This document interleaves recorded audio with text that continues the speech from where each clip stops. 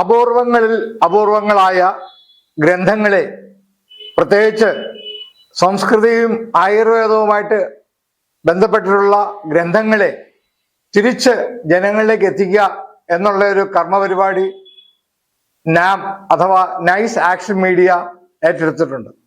അത്തരത്തിൽ നിങ്ങളുടെ മുമ്പിൽ ഞാൻ അവതരിപ്പിക്കാൻ ആഗ്രഹിക്കുന്നതാണ് അർക്കപ്രകാശം. കണ്ടുകൊള്ളൂ. ഇതിനെക്കുറിച്ച് പറയുമ്പോൾ തന്നെ ഒരു കോൺട്രാവേഴ്സി വരികയാണ്. കാര്യം എപ്പോഴും നാം ആരാധിക്കുന്നത് യഥാർത്ഥ പുരുഷന്മാർക്ക് പകരം പ്രതിപുരുഷന്മാരെയാണ്. പ്രതിപുരുഷന്മാരെയാണ് സിനിമയിൽ കൂടെ നാം ഇവരെയൊക്കെ അവതരിപ്പിക്കുന്നതായിട്ട് കാണുന്നത്. അപ്പം അശോക ചക്രവർത്തിയെ കുറിച്ചോ മാർത്താണ്ഡവർമ്മനെ കുറിച്ചോ വേലുത്തമ്പി ദളവയെ കുറിച്ചൊക്കെ പറയുമ്പോൾ അതിൽ അഭിനയിക്കുന്ന സിനിമാ താരങ്ങളെയാണ് നാം ഓർമ്മ വരുന്നത്. അതേപോലെ തന്നെ മിക്കവാറും നമ്മുടെ സംസ്കൃതി മൊത്തം അറിയപ്പെടുന്നത് വിദേശികളുടെ പേരിലാണ്. ഞാനീ പറഞ്ഞു വരുന്നത് അർക്കപ്രകാശം അഥവാ വാറ്റ് അഥവാ ഡിസ്റ്റിലിംഗ്. ഡിസ്റ്റിലിംഗ് എന്ന് പറയുമ്പോൾ രണ്ട് തരത്തിലാണ് നാം കാര്യങ്ങൾ അറിയുന്നത്. ഒന്ന് വാറ്റ് കുടിക്കുക, അല്ലെങ്കിൽ വിദേശ മദ്യം. ഇന്നും അതിന്റെ പേര് വിദേശ മദ്യമാണ്. വിദേശികൾ ഈ കലക്കവെള്ളം ഇവിടെ കൊണ്ടുവരുന്നതിന് എത്രയോ വർഷങ്ങൾക്ക് മുമ്പ് നമ്മുടെ സ്വന്തം രാജ്യത്ത് ഇത് തുടങ്ങി.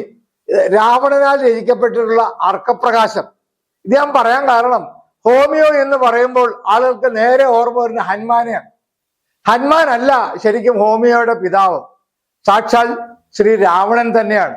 അതും ശിവന്റെ ഭക്തനായ രാവണനാൽ രചിക്കപ്പെട്ടിട്ടുള്ള അർക്കപ്രകാശം അഥവാ ഡിസ്റ്റിലിംഗ് സീക്രട്സ്. ഇത് അമൂല്യങ്ങളിൽ അമൂല്യമാണ്.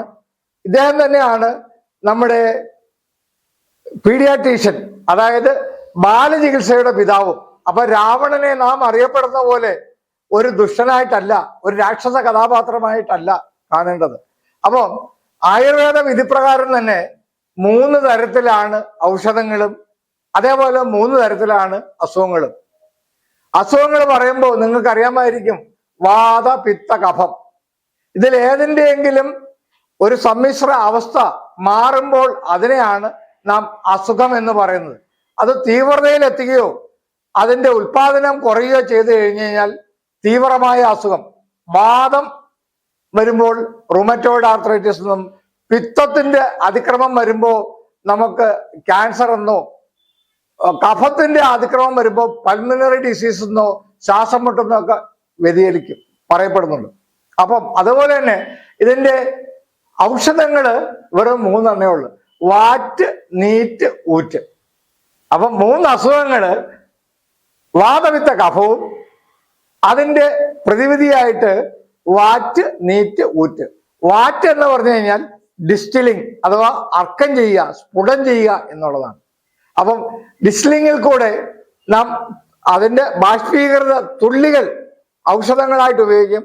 ആ തുള്ളികളെ പിന്നെ നാനോ ടെക്നോളജി ഉപയോഗിച്ചിട്ടാണ് ഹോമിയോ മരുന്നായിട്ട് കൺവേർട്ട് ചെയ്യപ്പെട്ടത്. അതുപോലെ തന്നെ നീറ്റ് എന്ന് പറഞ്ഞു കഴിഞ്ഞാൽ അഗ്നിയിൽ അങ്ങേയറ്റം സാന്ദ്രമായ ഹെവി മെറ്റൽസിനെ സ്ഫുടം ചെയ്ത് മനുഷ്യന് കഴിക്കാൻ പാകത്തിലേക്ക് ആക്കുമ്പോൾ അത് സൂര്യസ്ഫുടമുണ്ട്, അഗ്നിസ്ഫുടമുണ്ട്, അങ്ങനെ അനേക സ്ഫുടങ്ങളിൽ കൂടെ അതിനെ ദ്രവ്യഭാവത്തിൽ നിന്ന്, ഇപ്പൊ ഇരുമ്പ് പോലും ഭസ്മമാക്കും, തങ്കത്തിനെ ഭസ്മമാക്കും, ചെമ്പിനെ ഭസ്മമാക്കും, താമ്രപത്രം അഥവാ തങ്കഭസ്മം എന്നൊക്കെ നാം കേട്ടിട്ടുണ്ട്. അത് ആണ് ഇതിന്റെ പ്രത്യേകത.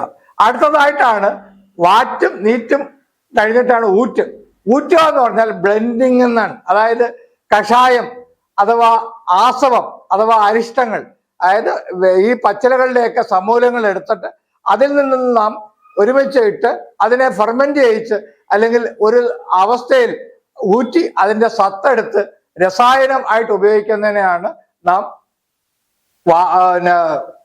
ഊറ്റെന്ന് പറയുന്നത്. അപ്പം വാറ്റ്, നീറ്റ്, ഊറ്റും വാതവിത്ത കഫവും. അല്ലാതെ 10,000-കണക്കിന് സ്പെഷ്യലൈസേഷനും, നഖത്തിന്റെ അറ്റത്തിന് ഒരു സ്പെഷ്യൽ ഡോക്ടർ, നഖത്തിന്റെ ഇങ്ങേറ്റത്തേക്ക് ഒരു ഡോക്ടർ, വാൽവിന്റെ ആർട്ടറി നോക്കാൻ ഒരു വൈദ്യര് അല്ലെങ്കിൽ ഡോക്ടർ, അതിന്റെ അങ്ങനെ ഒരു സ്പെഷ്യലൈസേഷനൊന്നും കാര്യമില്ല. അതുപോലെ തന്നെ ഗുളിക കഴിച്ചല്ല നാം അസുഖങ്ങൾ മാറ്റേണ്ടത്. അന്നം ഔഷധമാക്കുക. രാവിലെ എണ്ണീറ്റിട്ട് ഒരു ഗ്ലാസ് വെള്ളം കുടിച്ച്, രോഗികളാണെങ്കിൽ ഒരു ഗ്ലാസ്, പ്രത്യേകിച്ച് ഡയബറ്റീസ് ഉള്ളവരാണെങ്കിൽ കരിഞ്ജീരകത്തിന്റെ പൊടി കിട്ടും. ആ കരിഞ്ജീരകത്തിന്റെ ഭസ്മം 1 സ്പൂൺ വെള്ളത്തിൽ കലക്കി കുടിച്ച് അരമണിക്കൂർ ചെരുപ്പില്ലാണ്ട് നടന്നു കഴിഞ്ഞാൽ അവർക്ക് വൈറ്റമിൻ ഡി ഉണ്ടാവും. അതുപോലെ തന്നെ ആരോഗ്യം പൂർണ്ണതയിൽ എത്തിക്കാൻ പറ്റും. നമസ്തേ, നന്ദി. നിങ്ങളോടൊപ്പം തമ്പി നാഗാർജുന.